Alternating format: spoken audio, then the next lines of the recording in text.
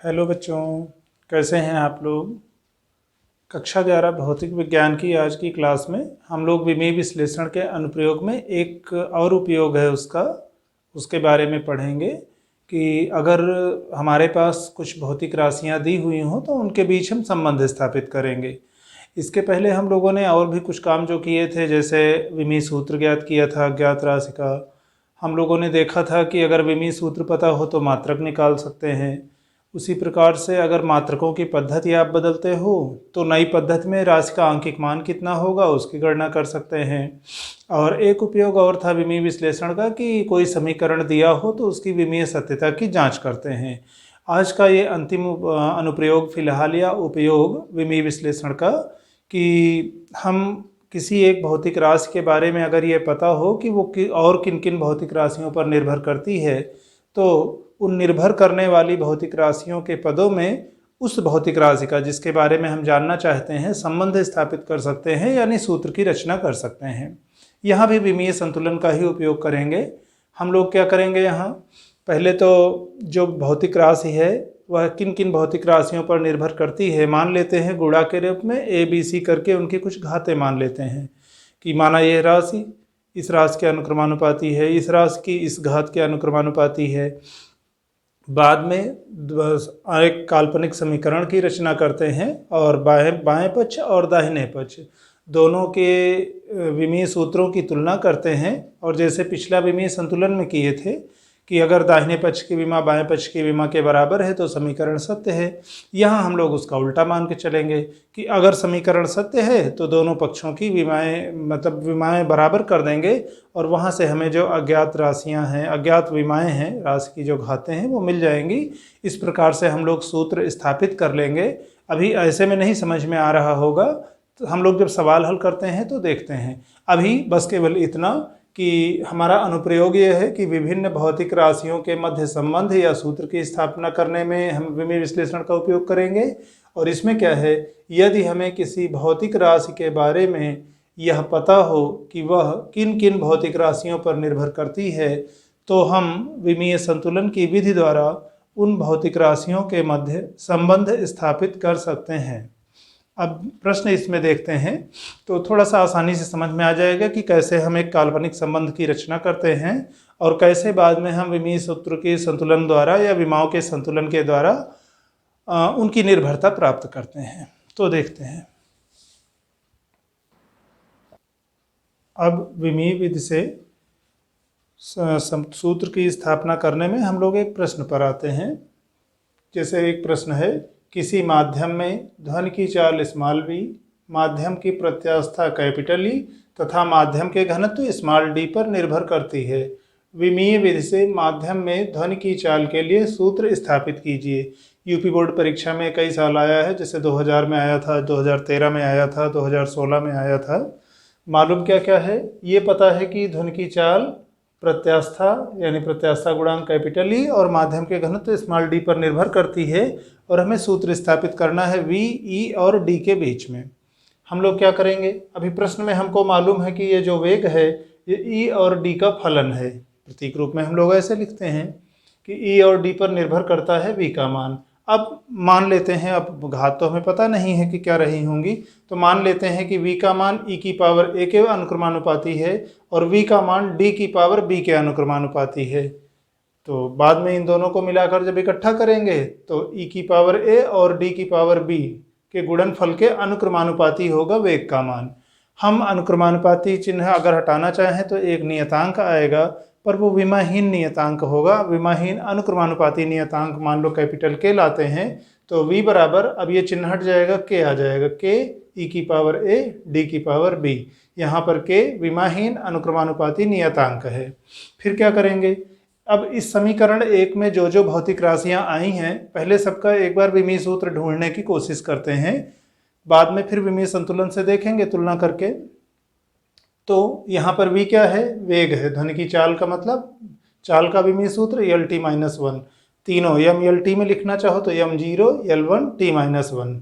e क्या है, प्रत्यास्था। प्रत्यास्था या प्रत्यास्था गुणांक हम लोग आगे पढ़ेंगे प्रत्यास्था के पार्ट में कि प्रत्यास्था गुणांक बराबर प्रतिबल बटे विकृति, और विकृति विमाहीन राशि है, यानी प्रत्यास्था गुणांक या प्रत्यास्था का विमीय सूत्र वही होगा जो प्रतिबल का विमीय सूत्र होगा, और प्रतिबल का विमीय सूत्र वही होगा जो बल बटा क्षेत्रफल का होगा। तो इस पाठ में चूंकि कई राशियां ऐसी आएंगी जिनके बारे में हम लोग बाद में बात करेंगे, इसलिए अभी इस पाठ में हम लोग कुछ उदाहरण देख रहे हैं। बाकी जब धीरे धीरे हमारा कोर्स पूरा हो जाएगा, हम नई नई राशियों के बारे में जान चुके होंगे, तब फिर उन पर आधारित विमीय विश्लेषण के जो भी सवाल होंगे उनको हम आराम से लगा सकेंगे। तो पाठ पढ़ते हुए जैसे जैसे नई राशियां आती रहेंगी हम लोग विमीय सूत्र लिखते रहेंगे। अभी ये मान लेते हैं कि प्रत्यास्था गुणांक प्रतिबल बटे विकृति के बराबर होता है और विकृति का कोई विमीय सूत्र नहीं होता, यानी प्रत्यास्था गुणांक प्रतिबल के विमीय सूत्र के बराबर होता है और प्रतिबल बल बटे क्षेत्रफल के बराबर होता है। बल बटे क्षेत्रफल का वही होगा जो दाब का होगा। बल का होता है ML_T-2, क्षेत्रफल का होता है L2। ऊपर है ML_T-2, नीचे L2, नीचे से L2 ऊपर जाएगा तो L-2 हो जाएगा, और वहाँ ऊपर L का 1 पहले से है तो 1 और -2 मिलके -1, तो हमारा बचेगा क्या, L-1 अब उसको अब M को M1 कह सकते हो। इसी तरह से D क्या है, माध्यम का घनत्व है। घनत्व द्रव्यमान बटे आयतन के बराबर होता है, उसका विमीय सूत्र ML-3 होता है। M फॉर मास द्रव्यमान और आयतन का L3, बटा में है ऊपर आएगा तो माइनस हो जाएगा। तीनों परिस्थितियों में लिखना चाहो MLT में तो M1, L-3 और T0, क्योंकि T यहाँ है नहीं। तो इस तरह से पहले तो हमने जो भी इस समीकरण में जो हमारा काल्पनिक समीकरण था संबंध का, उसमें हम लोगों ने सभी राशियों के पहले जो जो आ रही थी उनके विमीय सूत्र लिखने की कोशिश की। फिर क्या करेंगे, अगर ये समीकरण सही है तो समीकरण 1 के सत्य होने के लिए इसी विमेय रूप से भी सत्य होना चाहिए। अगर समीकरण सही है तो फिर विमीय रूप से भी वो सही होना चाहिए, और विमीय रूप से सही होने के लिए क्या है, ये विमीय रूप से संतुलित होना चाहिए, यानी बाएं पक्ष का जो विमीय सूत्र है वो दाहिने पक्ष के विमीय सूत्र के बराबर होना चाहिए। तो रख लेते हैं अब जो हमें पता है, जैसे v का विमीय सूत्र पता था, लिख लिए, और ये किसके बराबर होगा, k, चूंकि विमाहीन नियतांक है तो इसका विमीय सूत्र नहीं भी लिखेंगे तो कोई वो होगा ही नहीं, तो लिखना क्या है, उसका M0 L0 T0 होगा। और e क्या है, e का लिखे थे M1 L-1 T-2, और उसकी घात a थी, माना था a है, अब सरल करके देखेंगे a क्या आता है। उसी तरह घनत्व d की पावर b थी तो d का विमीय सूत्र और उसकी घात b। अब क्या करेंगे, इधर तो एक ही बार में है, इधर अभी 2 जगह फैला हुआ है, यहाँ पर समान राशियों की घातों को एक साथ कर लेते हैं, जैसे m की घातें एक साथ, l की एक साथ, t की एक साथ। तो इधर तो ठीक है M0 L1 T-1, और इधर क्या हो जाएगा, इसकी पावर a है ना। अब एक एक पर देखते हैं, जैसे यहाँ M1 की पावर a, और घात की घात का मतलब घातों का गुणा, तो यहाँ m की पावर हो जाएगा a, और यहाँ से देखोगे तो m की पावर a गुणा b यानी b, और ये दोनों गुणा में है तो जुड़ जाएंगी घातें, तो m की पावर a प्लस b। उसी तरह से l की पावर यहाँ -a होगा और यहाँ -3b होगा, जुड़ेंगे दोनों तो l की पावर -a -3b। उसी तरह t की पावर यहाँ -2a होगा और यहाँ 0 है तो कोई बात ही नहीं, तो टोटल t की पावर -2a हुआ। अब अगर ये भी समीकरण विमीय दृष्टि से सही था ये वाला, तो इसका मतलब इनकी घातें बराबर होनी चाहिए। यहाँ m की घात क्या है, a प्लस b, यहाँ क्या है 0, इसका मतलब a प्लस b का मान 0 के बराबर होगा। यहाँ l कितना है 1, यहाँ कितना है -a -3b, तो इसका मतलब -a -3b का मान 1 के बराबर होना चाहिए। और यहाँ t की पावर -1 है, यहाँ -2a है, इसका मतलब -2a का मान -1 के बराबर होना चाहिए। दो राशियों के हमें मान प्राप्त करने हैं a और b के। 2 समीकरण भी हमारे पास होते तो काम चल जाता, संयोग से 3 समीकरण है। अब इनको हम सरल करते हैं, तो सरल करने में देखिए यहाँ से तो आपको सीधे a का मान मिल जाएगा, -2a बराबर -1, यानी 2a बराबर 1, माइनस माइनस काट दो दोनों तरफ, यानी a बराबर 1/2। तो यानी जब सरल करेंगे तो एक तो हमें मिल जाएगा कि a का मान 1/2 है। दूसरा, अगर हम a का मान 1/2 इस समीकरण में रख दें तो 1/2 प्लस b बराबर 0, यानी b बराबर -1/2 मिल गया। तो ये दोनों मान हो गए। आप देखना चाहो तो इसमें देख सकते हो, a का मान कितना रखेंगे -1/2 और a का मान 1/2, तो माइनस चिन्ह के साथ ही कितना हो गया -1/2, और 3 के साथ b है और ये माइनस चिन्ह के साथ है ना, तो माइनस माइनस पहले तो प्लस हो जाएगा और 3 गुणा 1/2 करोगे तो +3/2, सरल करोगे तो 2/2 बराबर 1, यानी ठीक है, ये भी सही है। अभी फिलहाल हमें ये कि सरल करने पर a का मान हमें 1/2 मिला, b का मान -1/2 मिला। a और b क्या थी? विमाएँ थी e और d की, यानी घातें थी। तो अब हम मान रख देते हैं इस समीकरण में। तो a और b के मान समीकरण 1 में जब हमने रख दिया तो हमारा हो गया v बराबर k e की पावर, यहाँ a था तो +1/2, d की पावर b थी तो -1/2। अब ये घात माइनस को आप बटा में ले सकते हो, यानी k e की पावर 1/2 बटे d की पावर 1/2, या दोनों को कॉमन लेकर के 1/2 बाहर लिख सकते हो। या यहाँ तक देखिए, जिन सूत्रों के बारे में हमें वास्तव में पता होगा कि वास्तव में सूत्र क्या होता है, वहाँ तो हम लिख लेंगे कि प्रयोगों द्वारा फिर उस नियतांक का मान। नहीं पता होगा तो इतने पे छोड़ देंगे। अभी इस वाले में अगर हमें पता है कि वायु में धुन की चाल वर्गमूल E/d के बराबर होती है, तो हम नीचे लिख लेंगे कि प्रयोगों द्वारा k बराबर 1, यानी प्रयोग जब हमने किया E का कुछ मान रखा, D का कुछ मान रखा, उसके हिसाब से V का मान देखा, तो ये पता चला कि अच्छा हाँ, k का मान तो लगभग 1 आता है, तो ठीक है, तब हम इस रूप में लिख सकते हैं, अन्यथा इस रूप में छोड़ सकते थे।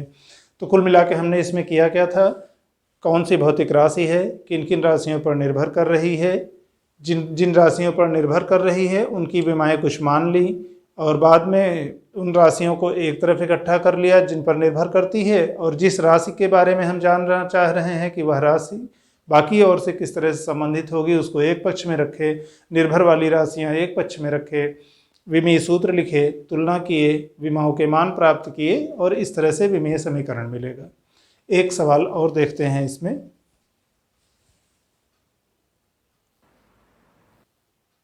और विमीय विधि के इस उपयोग पर सूत्र की स्थापना करने में एक दूसरा सवाल देखते हैं कि किसी वृत्तीय कक्षा में घूम रहे कण पर लगने वाला अभिकेंद्रीय बल F, कण के द्रव्यमान m, कण के वेग v और वृत्तीय पथ की त्रिज्या r पर निर्भर करता है। 3 चीज़ों पर निर्भर करता है। अभिकेंद्रीय बल का मान द्रव्यमान m पर, वेग v पर और वृत्तीय पथ की त्रिज्या r पर निर्भर करता है। विमीय विधि द्वारा अभिकेंद्रीय बल के लिए सूत्र प्राप्त कीजिए। ये प्रश्न भी यूपी बोर्ड की परीक्षाओं में कई बार आया है, जैसे 2004 में, 9 में, 15 में। तो उसी तरह जैसे पिछले वाले को हमने किया था, पहले तो एक बार देख लेते हैं कि ये अभिकेंद्रीय बल, इसका संबंध प्राप्त करना है। निर्भर किन किन पर करता है? द्रव्यमान, वेग और त्रिज्या, यानी ये कैपिटल F फलन है m, v और r का, इन राशियों पर निर्भर करता है। फिर निर्भरता मान लेते हैं। मान लिया कि F प्रोपोर्शनल टू m की पावर a है, उसी तरह F प्रोपोर्शनल टू v की पावर b है, F प्रोपोर्शनल टू r की पावर c है। a, b और c विमाएँ हैं। अभी आगे इन्हीं को हम लोग निकालने की कोशिश करेंगे। तो अब इन तीनों को जो हमने अभी अलग अलग लिखा था, अब एक साथ में इकट्ठा में लिख लेते हैं। तो F प्रोपोर्शनल टू m की पावर a गुणा v की पावर b गुणे r की पावर c। अच्छा, इस विधि की एक सीमा ये है कि अगर हमारे पास एक ही पक्ष में कई पद हैं जो प्लस या माइनस चिन्ह के साथ अलग किए गए हैं, तो सूत्र की स्थापना थोड़ा कठिन है। जैसे यस बराबर ut plus half at square, तो वहाँ दिक्कत है। आसानी से वो समीकरण इसमें स्थापित हो जाएंगे जिसमें बाएं पक्ष में भी एक पद रहे और दाहिने पक्ष में भी एक ही पद रहे। अगर प्लस या माइनस चिन्ह से अलग हैं तो दिक्कत है। और दूसरी एक दिक्कत है कि विमीय विश्लेषण की सीमा ये है कि जो हमारे पास विमाहीन नियतांक है, अनुक्रमानुपाती नियतांक होगा, उसका मान अगर हमें वास्तविक में सूत्र नहीं पता है तो फिर उसका मान अज्ञात रहेगा। जो हम लोग लास्ट में लिखते हैं ना कि प्रयोगों द्वारा के बराबर इतना आया, वो फिर नहीं लिख पाएंगे, फिर ये लिखेंगे। तो अभी फिलहाल हम ऐसे ही सूत्रों की बात करेंगे जिसमें बराबर चिन्ह के एक तरफ एक राशि है और उसके दूसरी तरफ कुछ अन्य राशियां जिन पर वो पहली वाली निर्भर कर रही थी, वो सब एक साथ गुणा या भाग के रूप में है, कुछ घातों के साथ, प्लस या माइनस चिन्ह बीच में नहीं है फिलहाल। तो अभी देखते हैं कि यहाँ पर ये अनुक्रमानुपाती नियतांक हटाएंगे तो चिन्ह हटाएंगे तो एक अनुक्रमानुपाती नियतांक आ जाएगा। तो यह बराबर जब करेंगे तो k गुणा m की पावर a, v की पावर b, r की पावर c। यहाँ पर k विमाहीन अनुक्रमानुपाती नियतांक है, इसकी अपनी कोई विमा नहीं है। अब जो राशियाँ आई हैं सबके पहले विमीय सूत्र लिख लेते हैं। F क्या है? अभिकेंद्रीय बल। अभिकेंद्रीय बल भी एक प्रकार का बल ही है। तो m l t-2, और सब घातों को दिखाना चाहो तो m1 l1 t-2। लिखा कुछ नहीं है, मतलब 1। अगर ये पद न होता तो समझो 0। जैसे स्मॉल m क्या है? कण का द्रव्यमान, द्रव्यमान यानी मास कैपिटल M, और कैपिटल एम का मतलब M1 L0 T0, L और T नहीं है यहाँ। स्मॉल v क्या है? कण का वेग, वेग का होता है LT-1 यानी M0 क्योंकि M था नहीं, L1 T-1। उसी तरह से R क्या थी? वृत्तीय पथ की त्रिज्या, त्रिज्या का मतलब दूरी या लंबाई, लंबाई का लेंथ कैपिटल L, तो M0 L1 T0। अच्छा, समीकरण एक तभी सत्य होगा जब यह विमेय रूप से भी सही हो। अगर हम कह रहे हैं कि ये वाला समीकरण सत्य है इनके बीच में, तो ये विमेय रूप से भी सही होना चाहिए, यानी विमेय संतुलन के लिए हम क्या करेंगे? इस पक्ष की विमाएं इस पक्ष की विमाओं के बराबर होनी चाहिए। मान सबके रख देते हैं, यफ की विमीय सूत्र रखे। फिर अभी जैसे देखो के को छोड़ दिए, विमीय सूत्र के लिए के को छोड़ दिए क्योंकि वो विमाहीन राशि थी उसका M0 L0 T0। अब यहाँ पर जो भी राशियाँ थी, m की पावर a, v की पावर b, r की पावर c, सब रख दिए। और यहाँ पर समान पदों की समान जो राशियाँ थी उनकी घातों को एक साथ लिख लिए। जैसे m की पावर 1 की पावर a है तो m की पावर क्या हो जाएगी? a। यहाँ 0 है कोई बात नहीं, यहाँ 0 है कोई बात नहीं, तो m की कुल मिला के पावर हुई a। l यहाँ 0 है कोई बात नहीं, यहाँ 1 और b गुणा तो प्लस b आ गया, यहाँ 1 और c तो प्लस c, तो l की power b plus c। t यहाँ 0 है तो कोई बात नहीं, यहाँ -1 है तो हो जाएगा -b। और सॉरी, अच्छा यल है ना, यल की पावर हाँ +1 है, यल की पावर +1 है तो ये b और यहाँ पर c, तो b प्लस c हो गया। t पर आते हैं, t की पावर यहाँ 0 है कुछ नहीं, यहाँ -1 है तो -1 इंटू b -b हो गया, यहाँ 0 थी कोई बात नहीं।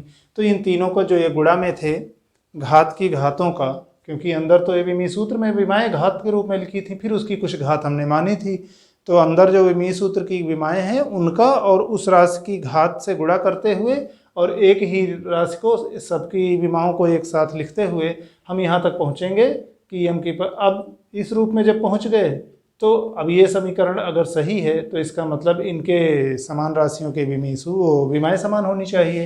यानी अगर ये सही है, यहाँ m खाली इतना आया है ना कि ये 1 है और यहाँ आप कह रहे हो कि a है, इसका मतलब जब विमाओं की तुलना करेंगे तो a बराबर 1 हो जाएगा। उसी प्रकार से यहाँ l है b प्लस c, यहाँ है 1 तो इसका मतलब b प्लस c बराबर 1, यहाँ -b, यहाँ -2 तो -b बराबर -2।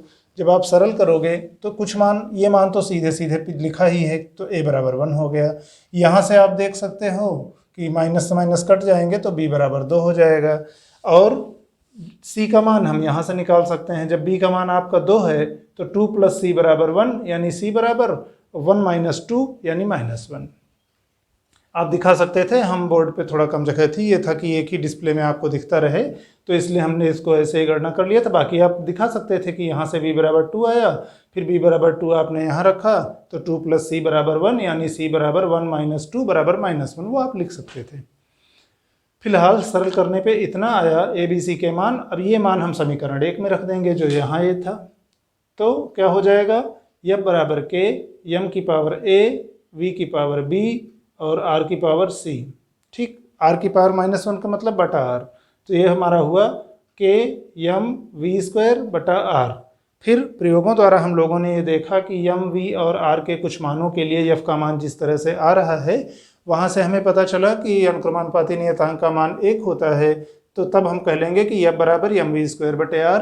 और ये हमारा अपेक्षित संबंध है जो हम चाह रहे थे कि अभिकेंद्री बल, कण के द्रव्यमान, कण के वेग और वृत्तीय पथ की त्रिज्या के बीच में प्राप्त हो जाए।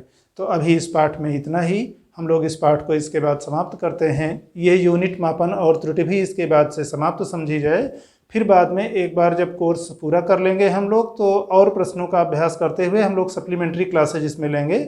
अभी फिलहाल जिस पाठ के लिए जितना अंक निर्धारित है पाठ्यक्रम के हिसाब से, बोर्ड के हिसाब से, हम लोग उसी हिसाब से उसको वेटेज देते हैं। और ये जो पहली यूनिट थी भौतिक जगत और मापन, इसको 2 अंक अलाट थे, हम लोगों ने इसको ज़रूरत से ज़्यादा समय दे लिया है।